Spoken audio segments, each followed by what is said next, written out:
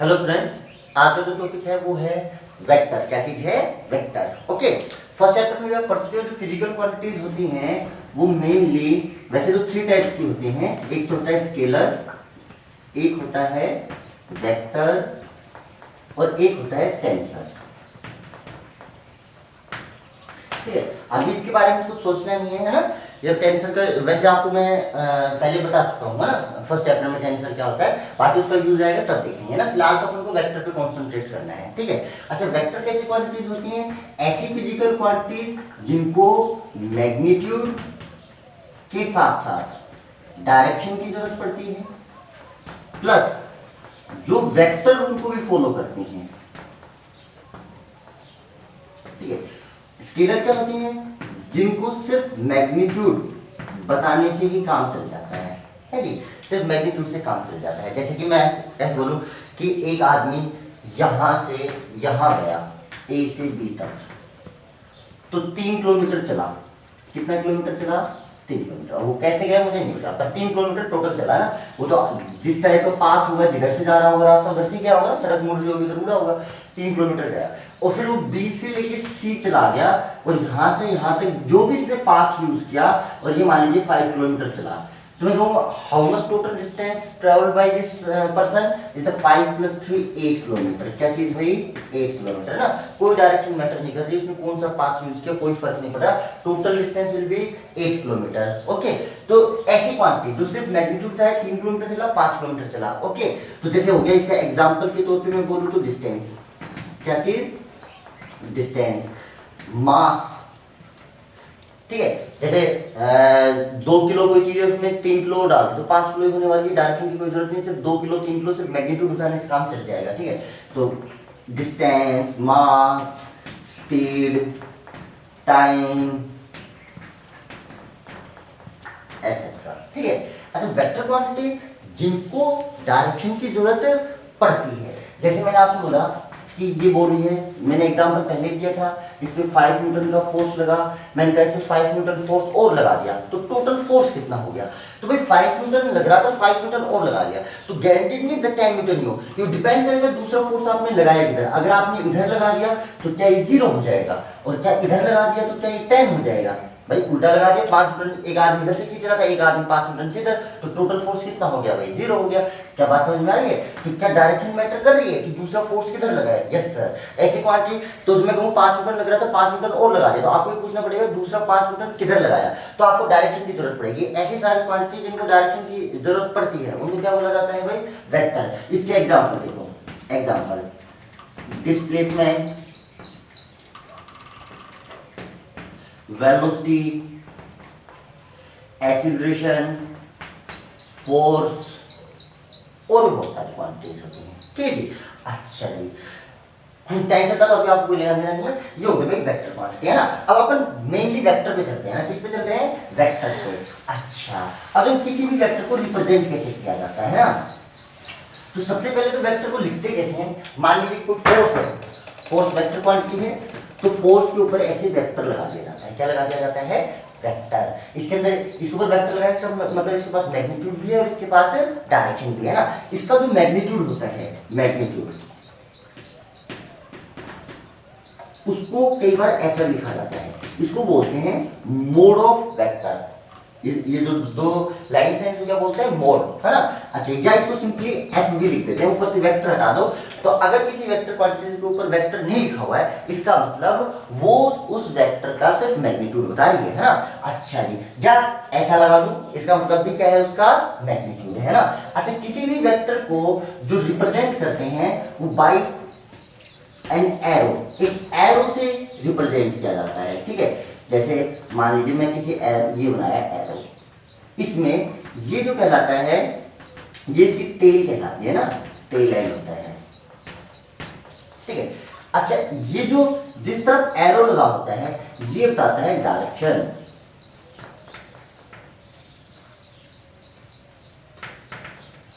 कि ये जो वेक्टर जो भी आप बोलो, जैसे मान लो फोर्स है, अगर मैंने एरो इधर बनाया तो जिधर एरो है वो क्या बताएगा? इस वेक्टर की डायरेक्शन। अच्छा जी, ये फॉरवर्ड एंड है, टेल एंड है ना। ये जो इसकी लेंथ होती है, ये जो लेंथ होती है, ये लेंथ बताती है मैग्नीट्यूड। ये क्या बताती है? मैग्नीट्यूड। बात समझ में आई? अच्छा जी, जैसे मैं किसी दो वेक्टर बनाऊं, एक वेक्टर इसकी लेंथ मान लीजिए 2 सेंटीमीटर है और एक इसी के पैरेलल एक और लाइन खींच दूं जिसकी लेंथ है 4 सेंटीमीटर। तो देखो, क्या दोनों की डायरेक्शन सेम है? यस सर, पर दोनों का मैग्नीट्यूड अलग अलग है। अगर ये ए वेक्टर है तो ये कितना होगा? 2a वेक्टर, क्योंकि इसका मैग्नीट्यूड क्या हो चुका है? डबल हो चुका है। क्या हो चुका है? डबल हो चुका है। ओके, हाँ, पर डायरेक्शन दोनों की क्या है? सेम ही है। हाँ, अगर ये 2 सेंटीमीटर इधर है और ये 4 सेंटीमीटर इधर है, तब देखो दोनों की डायरेक्शन सेम ही है, तब मैं इसको 2a नहीं बोलूंगा। हाँ, मैग्नीट्यूड ये जो भी मैं बोलूंगा बी वेक्टर, मैं ऐसा बोल पाऊंगा कि magnitude of B vector is twice of magnitude of A vector, क्योंकि ये 2 सेंटीमीटर है, ये आपको कितने में? ये 4 सेंटीमीटर, तो मैग्नीट्यूड डबल है पर डायरेक्शन सेम नहीं है। डायरेक्शन सेम है तो फिर सीधा 2a लिख देंगे, पर डायरेक्शन सेम नहीं है तो ये बोलिए कि ये कोई दूसरा वेक्टर बन गया बी, तो जिसका मैग्नीट्यूड फर्स्ट वेक्टर से क्या है?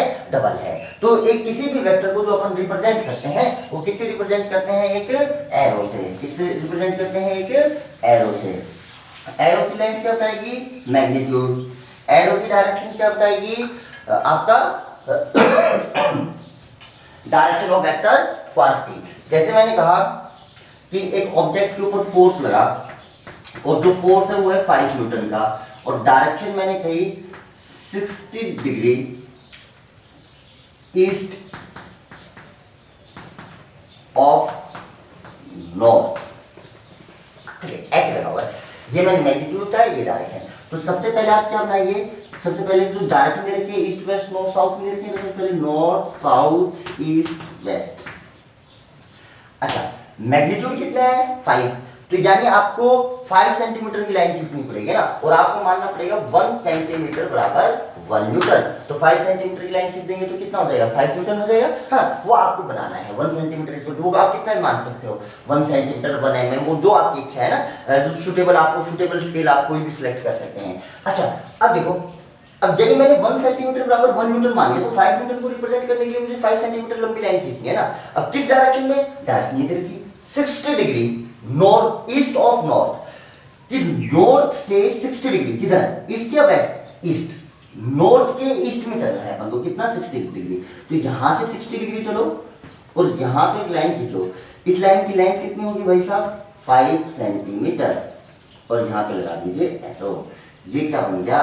ये बन गया एफ वेक्टर, वेक्टर क्वांटिटी। बात समझ में आई? तो इस टाइप से क्या ये वेक्टर को रिप्रेजेंट किया जाता है एक लाइन से। ठीक है। अच्छा, कुछ टर्मिनोलॉजी है जो जनरली काम आती है वेक्टर के अंदर, है ना। कुछ टर्मिनोलॉजी है ना, देखिए जैसे देखिए एक चीज, सबसे पहला इक्वल वेक्टर। इक्वल वेक्टर, ठीक है। इक्वल वेक्टर क्या होते हैं? ऐसे वेक्टर जिनका मैग्नीट्यूड एंड डायरेक्शन दोनों सेम हो। दो ऐसे वेक्टर जिनका मैग्नीट्यूड और डायरेक्शन दोनों सेम हो, इनको क्या बोला जाता है? इक्वल, यानी आइडेंटिकल, है ना। इनको जैसे मान लो ए वेक्टर और बी वेक्टर अगर इक्वल वेक्टर है तो उनको लिखा जाएगा ए बराबर बी। ठीक है, A equals to B. A equals to B का मतलब क्या? ए और बी का मैग्नीट्यूड भी बराबर होगा, ए और बी की डायरेक्शन भी सेम होगी। जैसे इनको ऐसे रिप्रेजेंट किया जाता है, ये ए वेक्टर हो गया, ये इसके पैरेलल इतना ही लंबा ये बी वेक्टर हो गया। तो ये दोनों कैसे कहलाएंगे? Equal vector. दूसरा पैरेलल वेक्टर। अच्छा, पैरेलल वेक्टर वो कहलाते हैं जिनका, जैसे ए इनको लिखा जाता है ए पैरेलल टू बी, यानी दोनों पैरेलल है। पैरेलल है तो क्या सेम होगा? डायरेक्शन। डायरेक्शन इनकी क्या सेम होती है? डायरेक्शन सेम होती है ना। अच्छा जी, तो यानी एक वेक्टर ये है ए वेक्टर और बी, मैग्नीट्यूड का कोई लेना देना नहीं है। अगर दो वेक्टर्स इनकी डायरेक्शन सेम है तो उनको क्या बोला जाएगा? पैरेलल है। पैरेलल वेक्टर, ठीक है। मैग्नीट्यूड दोनों का अलग हो सकता है पर डायरेक्शन दोनों की क्या है, same. It means A is parallel to B. अगर मैग्नीट्यूड इक्वल हो जाए तो A is equal to B. अच्छा, दो वेक्टर, तीसरा देखो, दो वेक्टर जिनकी डायरेक्शन जस्ट अपोजिट हो उनको बोला जाता है एंटी पैरेलल। क्या बोला जाता है, anti parallel vector. Anti parallel जैसे मान लीजिए ए वेक्टर ये है, बी वेक्टर ये है, तो ए और बी क्या कहलाएंगे, एंटी पैरेलल है। ये पैरेलल तो है पर डायरेक्शन क्या है, अपोजिट। इनको क्या बोला जाता है, एंटी पैरेलल वेक्टर। हाँ, अगर मैग्नीट्यूड भी सेम है, अगर ए वेक्टर ये है और बी वेक्टर ये है, मैग्नीट्यूड बराबर और डायरेक्शन अपोजिट, मैग्नीट्यूड तो सेम है पर डायरेक्शन अपोजिट है, तो इनको बोला जाता है अपोजिट वेक्टर, अपोजिट वेक्टर, ठीक है। ऐसे वेक्टर जिनका मैग्नीट्यूड सेम हो पर डायरेक्शन एक दूसरे के अपोजिट हो, तो उनको क्या बोला जाता है, अपोजिट वेक्टर, ठीक है। अच्छा जी, अगर ऐसा होता है तो जो a इक्वल टू, इसको लिखा जाता है a equal to minus B. क्यों, तो देखो अगर a equal to minus B तो a plus B equal to 0, और दो क्वांटिटीज का सम 0 आ रहा है, इसका मतलब दोनों इक्वल भी होंगे और अपोजिट भी होंगी, है ना।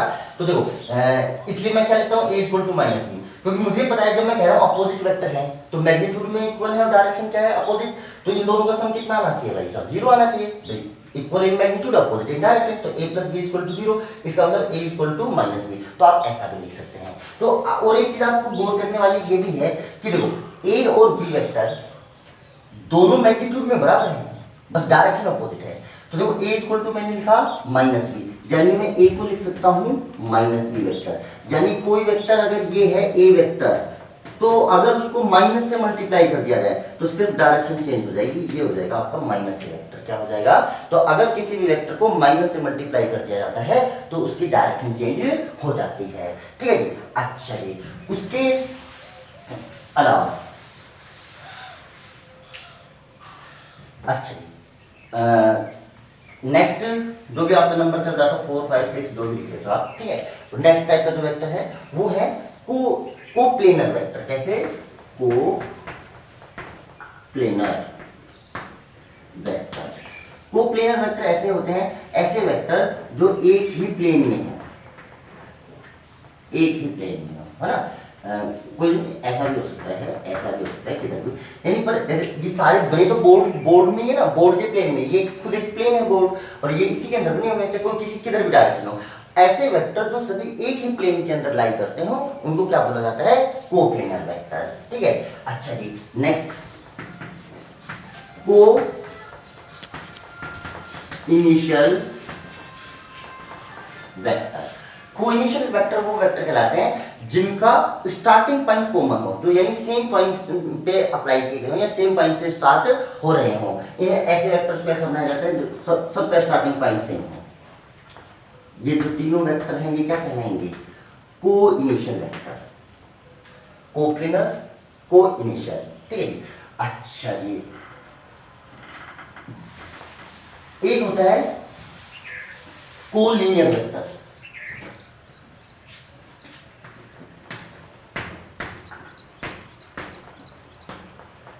ऐसे वेक्टर जो एक ही लाइन पे लाई करते हो, एक ही लाइन पे एक्ट कर रहे हो ना, ये ए वेक्टर, बी वेक्टर, ठीक है, एक ही लाइन पे लाई कर रहे हो तो इनको क्या बोला जाता है, कोलिनियर वेक्टर। क्या बोला जाता है, कोलिनियर वेक्टर। जैसे पैरेलल वेक्टर हो गए थे ना जी, पैरेलल वेक्टर की भी डायरेक्शन सेम ही थी नहीं जी। अच्छा जी, उसके बाद को टर्मिनेटिंग वेक्टर, ऐसे वेक्टर जो टर्मिनेट एक ही पॉइंट पे हो रहे हो, को टर्मिनेटिंग वेक्टर, को टर्मिनेटिंग वेक्टर। को टर्मिनेटिंग वेक्टर कैसे होते हैं कि जैसे मान लीजिए ये वेक्टर, ये वेक्टर, ये वेक्टर, क्या सभी का जो एंड पॉइंट है वो सेम है ना, टेल तो अलग अलग है पर एंड सेम है, तो इसको बोलेंगे को टर्मिनेटिंग वेक्टर। इसके अलावा दो स्पेशल वेक्टर और आपको याद रखने जो आपके काम आने वाले हैं, ठीक है। एक है यूनिट वेक्टर और एक है जीरो वेक्टर। एक क्या है, यूनिट वेक्टर, और एक क्या है, जीरो वेक्टर। दोनों ही इंपॉर्टेंट, ओके। अच्छा जी, अब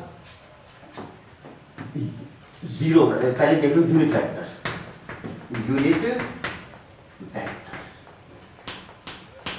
ऐसे वेक्टर जिनका मैग्नीट्यूड तो 1 हो, मैग्नीट्यूड कितना हो 1, ठीक है। डायरेक्शन तो मैं जिधर भी बोलूंगा, डायरेक्शन तो किधर भी हो सकती है, पर उसका मैग्नीट्यूड कितना होना चाहिए 1। तो अगर मान लो उसकी डायरेक्शन मैग्नीट्यूड 1 है, डायरेक्शन ये है, तो मैं कहूंगा ये इस डायरेक्शन का यूनिट वेक्टर है, और डायरेक्शन ये है तो मैं कहूंगा ये इस डायरेक्शन में एक यूनिट वेक्टर है, क्योंकि इसका मैग्नीट्यूड कितना होगा 1। तो यूनिट वेक्टर को जनरली, जैसे मान लो कोई ए वेक्टर है, यानी मान लीजिए ए वेक्टर है, मान लीजिए इसका मैग्नीट्यूड कितना भी है, इसकी डायरेक्शन ये है, तो इस डायरेक्शन में यूनिट वेक्टर को लिखा जाएगा ए कैप। ए कैप का मतलब है एक ही डायरेक्शन में ऐसा वेक्टर जिसका मैग्नीट्यूड कितना हो 1 हो, तो उसको क्या बोला जाता है यूनिट वेक्टर, है ना। तो किसी भी वेक्टर के ऊपर अगर मैंने ये कैप लगा दिया, इसको बोला जाता है कैप, कैप है ना जी, ए कैप। इसका मतलब ये ए वेक्टर की डायरेक्शन में यूनिट वेक्टर है, ए वेक्टर की डायरेक्शन में क्या है यूनिट वेक्टर, और उसका मैग्नीट्यूड कितना होगा 1 होगा, है ना। चलिए 3 स्पेशल यूनिट वेक्टर जो आपको याद रखने हैं, जो कोऑर्डिनेटेड एक्सिस की डायरेक्शन में होते हैं, ये जैसे x y z, ठीक। जो x डायरेक्शन में यूनिट वेक्टर होता है उसको बोला जाता है आई कैप, यानी मैं बोलूं आई कैप, इसका मतलब ऐसा वेक्टर जिसकी डायरेक्शन तो x एक्सिस का नॉर्म है, पर उसका मैग्नीट्यूड कितना है 1, इसको बोला जाता है आई कैप से। जो y डायरेक्शन में होता है इसको बोला जाता है j कैप से, और जो z डायरेक्शन में होता है इसको क्या बोला जाता है भाई k कैप से। i cap, j cap, k cap. What is the i cap? i cap is the unit vector along the direction of positive x axis. What is the j cap? j cap is the unit vector along the positive y axis, and j cap is the unit vector along the positive z axis. तो 3 unit vector है जो आपके basically काम आने वाले हैं और खूब काम आएंगे, तो आप इन 3 चीजों को याद रखें, ठीक है। अच्छा जी, किसी भी वेक्टर की डायरेक्शन, जो 3 एक्सिस हो गए, इन तीनों एक्सिस की डायरेक्शन में मैंने आपको यूनिट वेक्टर बता दिया, ठीक है। अच्छा, अब किसी भी वेक्टर की डायरेक्शन में जो यूनिट वेक्टर होता है, जैसे मान लीजिए ए कैप, ए वेक्टर की डायरेक्शन, तो इसको निकालने का तरीका क्या होता है, A vector upon mod of A vector, यानी किसी भी वेक्टर के अंदर उसके मोड यानी मैग्नीट्यूड का डिवाइड कर दिया जाए तो वो उसी डायरेक्शन का क्या आ जाता है यूनिट वेक्टर। ये किसी भी वेक्टर की डायरेक्शन में यूनिट वेक्टर निकालने का तरीका है ना। ऐसा क्यों आता है ये थोड़ी देर बाद देखेंगे। सर ये मोड निकालते कैसे हैं ये भी हम थोड़ी देर बाद देखेंगे ना। ये क्या है इसका मोड, मोड यानी मैग्नीट्यूड, मैग्नीट्यूड का मतलब लेंथ ऑफ वेक्टर, मैग्नीट्यूड का मतलब लेंथ ऑफ वेक्टर, ठीक है। अच्छा कैसे निकालेंगे बाद में देखेंगे, पर फिलहाल आप ये देखिए कि निकालने का तरीका है। अगर मैं क्या x axis y axis z axis की डायरेक्शन में यूनिट वेक्टर डायरेक्ट जानता हूं, यस सर। क्या इसके अलावा किसी भी डायरेक्शन में मैं यूनिट वेक्टर लिख सकता हूं? हाँ सर, किसी भी वेक्टर की डायरेक्शन में यूनिट वेक्टर लिखने का तरीका ये हो गया, ठीक है जी। अच्छा और दूसरा भाई जीरो वेक्टर, जीरो वेक्टर ऐसा वेक्टर जिसका मैग्नीट्यूड जीरो होता है, इसको लिखा जाता है जीरो वेक्टर से। ऐसा वेक्टर जिसका मैग्नीट्यूड कितना हो जीरो, तो उसको बोला जाता है जीरो वेक्टर, है ना। ये कई बार काम आता है। जैसे मान लीजिए मैं दो वेक्टर को सब्ट्रैक्ट कर रहा हूँ और दोनों इक्वल वेक्टर हैं, है ना, तो एक दूसरे में सब्ट्रैक्ट करोगे तो आंसर कितना आएगा जीरो। तो वेक्टर में से वेक्टर घटाते हैं तो जो क्वांटिटी आती है वो भी कैसी आती है वेक्टर, वेक्टर में वेक्टर जोड़ोगे तब भी क्वांटिटी कैसी रहेगी भाई वेक्टर ही रहेगी। तो उस जीरो के ऊपर वेक्टर लगाना पड़ जाता है अपन को ना। जैसे मान लीजिए ए वेक्टर में से मैं कहूँ ए वेक्टर हटा दीजिए तो क्या बचेगा जीरो वेक्टर, लेकिन इसका कोई मैग्नीट्यूड तो होता ही नहीं है ना। तो डायरेक्शन डायरेक्शन अच्छा अब किसी वेक्टर में जीरो वेक्टर को जोड़ लो, ए वेक्टर में जीरो वेक्टर को जोड़ लो तो ए वेक्टर ही रहेगा भाई, जीरो जोड़ने से कोई फर्क नहीं पड़ेगा। अच्छा जी अब बात ये कि इसकी डायरेक्शन क्या माने है ना जी। तो जब मैग्नीट्यूड जीरो तो डायरेक्शन तो किधर भी मान लो, मान लो आपको ए के साथ जोड़ना है तो इसकी डायरेक्शन वही मान लो जिधर ए की डायरेक्शन है, बी के साथ जोड़ो तो बी की डायरेक्शन है, क्योंकि इसका जो मैग्नीट्यूड ही नहीं है। तो मैं कहूँगा कि जैसे जीरो, जैसे मैंने अभी आपको एग्जांपल, जैसे मैंने बोला कि आप बोलो कि स्कूल से 5 किलोमीटर दूर का प्रोग्राम है बेटा, सभी वहाँ पे असेंबली होगी वहाँ पे आ जाना। तो आप 5 किलोमीटर दूर जब तक मैं आपको ये नहीं बताऊंगा कि इस डायरेक्शन में इस डायरेक्शन में इस डायरेक्शन में, तो आप किधर जाओगे 5 किलोमीटर, है ना जी। अच्छा ऐसा नहीं कि 5 किलोमीटर का सर्किल बना के उसमें चक्कर लगाओगे कहीं तो मिलेगा ही, है ना।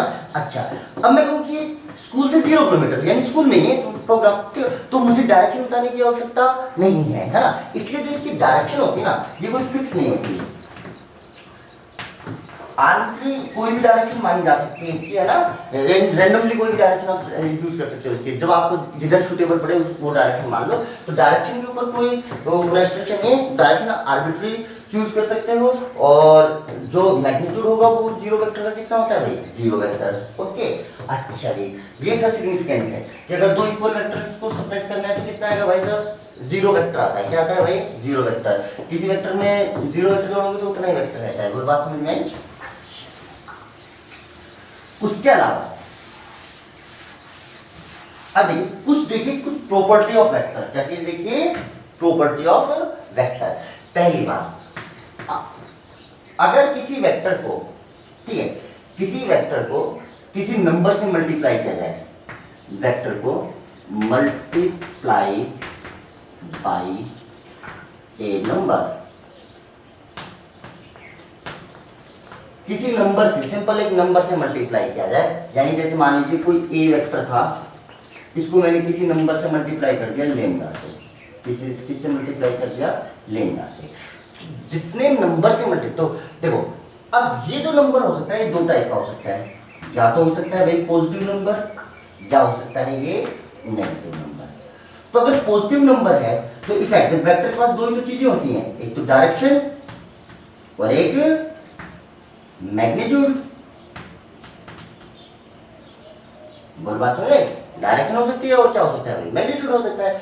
तो भाई डायरेक्शन की क्या रहती है, अगर पॉजिटिव नंबर है तो डायरेक्शन रहती है सेम, और मैग्नीट्यूड कितना हो जाता है, लेमडा टाइम्स जिस नंबर से मल्टीप्लाई किया। यानी आपने 5 से मल्टीप्लाई किया तो ये वेक्टर 5 टाइम्स हो जाएगा, डायरेक्शन क्या रहेगी भाई, सेम जो पहले ए वेक्टर की थी। और अगर ये नंबर वैसे नेगेटिव है तो जो डायरेक्शन होती है, अब आपको तो पता ही है जी, माइनस से मल्टीप्लाई होते ही डायरेक्शन क्या हो जाती है, चेंज। तो माइनस से मल्टीप्लाई करते ही डायरेक्शन तो क्या हो गई, अपोजिट। और मैग्नीट्यूड क्या हो जाएगा, मैग्नीट्यूड, ये वही लेमडा टाइम्स हो जाएगा जितना नंबर है। बात समझ में। जैसे मैं आपसे लिखूं कि A vector is equal to 5i cap है, इसका मतलब ये एक ऐसा वेक्टर है, देखो इस वेक्टर को मैंने किससे मल्टीप्लाई किया है, 5 से, तो इसका जो मैग्नीट्यूड है वो कितने गुना हो गया होगा, 5 टाइम्स हो गया होगा। पॉजिटिव नंबर है तो डायरेक्शन तो चेंज नहीं होगी, लेकिन डायरेक्शन तो प्लस x डायरेक्शन में ही रहेगी। पर मैग्नीट्यूड अब कितना हो जाएगा, इसका मैग्नीट्यूड पहले कितना था 1, अब 5 से मल्टीप्लाई कर देंगे 5 टाइम्स, यानी यहाँ से 5 सेंटीमीटर लंबी ये वाला, ये वेक्टर है 5i कैट। ये क्या वेक्टर है, 5i कैट। क्या बात समझ में आई आपको। अच्छा जी, दूसरी बात और देखो, जो मैंने बोला था, जैसे मैंने आपको बोला था पैरेलल वेक्टर या कोलिनियर वेक्टर, हाँ ठीक है, मान लीजिए एक वेक्टर ये है a और ये वेक्टर है b, ये मान लीजिए कोलिनियर वेक्टर है, ये यहाँ से तक b है, ये a है, ठीक है। अच्छा जी, तो अगर ये कोलिनियर वेक्टर है, इसका मतलब दोनों डायरेक्शन तो सेम होगी, पर बात समझा रही। अच्छा, तो जो b वेक्टर होगा उसको मैं लिख सकता हूँ लेमडा इनटू a, वो लिख सकता हूँ, लिख सकता, तो डायरेक्शन तो क्या, दोनों में क्या डिफरेंट है, सिर्फ मैग्नीट्यूड ही तो डिफरेंट है, तो डायरेक्शन दोनों क्या है, सेम है, और क्या अलग अलग है, मैग्नीट्यूड। तो जितना मैग्नीट्यूड अलग है उससे मल्टीप्लाई कर दीजिए। तो अगर कोई दो कोलिनियर वेक्टर है या पैरेलल वेक्टर है तो उसको इस रिलेशन से लिखा जा सकता है b equal to lambda into a। इसका मतलब b a से कुछ ज्यादा ही तो है, जितने गुना ज्यादा है, जैसे मान लो ये है 2 सेंटीमीटर का और ये है 5 सेंटीमीटर का, बात समझ आई, ये 2 सेंटीमीटर का, ये कितना है 5 सेंटीमीटर का, तो 2 को किससे मल्टीप्लाई करो 2.5, यहाँ पे जो वैल्यू आएगी लेमडा की वो कितनी आ जाएगी 2.5, यानी इसको 2.5 से मल्टीप्लाई, 2 तो है 2.5 से मल्टीप्लाई करके कितना हो जाएगा 5 हो जाएगा, ठीक है। तो कोई भी अगर कोलिनियर वेक्टर है उनको इस रिलेशन से लिखा जा सकता है। बोलो बात समझ में आ रही है आपको, ओके। अच्छा, दूसरा, ये तो किसी नंबर से मल्टीप्लाई करना था, ठीक है। अब इसके अलावा सेकंड, अगर किसी वेक्टर को मैं मल्टीप्लाई कर दूं किसी स्केलर से, किससे मल्टीप्लाई कर दूं, स्केलर क्वांटिटी से। अच्छा, पहले तो नंबर था, अब स्केलर क्वांटिटी है तो इसकी कोई यूनिट भी होगी, इसकी क्या होगी, यूनिट भी। तो देखो वही सारी बातें हो, तो मैग्नीट्यूड तो कितना हो जाएगा लेमडा टाइम, ठीक है। इस बार जो मेन चेंज आएगा नंबर और स्केलर क्वांटिटी में, क्या चेंज है कि इस बार जो क्वांटिटी होगी उसकी यूनिट भी चेंज हो जाएगी। पहले यूनिट चेंज, जैसे मान लीजिए मैंने अभी लिखा था, जैसे मैं लिखूं f equal to m a, relation है f equal to m a, क्या मैंने इस वेक्टर को किससे मल्टीप्लाई किया, एक स्केलर क्वांटिटी से, है ना। तो देखो पहले इसकी जो यूनिट, पक्का से इसका जो मैग्नीट्यूड है, मैग्नीट्यूड वो कितना हो गया होगा जी, मैग्नीट्यूड हो गया होगा m टाइम्स, जो भी पहले मैग्नीट्यूड था उसको आपने m कितना होगा, 5 किलो 10 किलो 5 kg है तो 5 से मैग्नीट्यूड 5 टाइम्स हो गया, एक्सीलरेशन का 5 टाइम्स, ठीक है।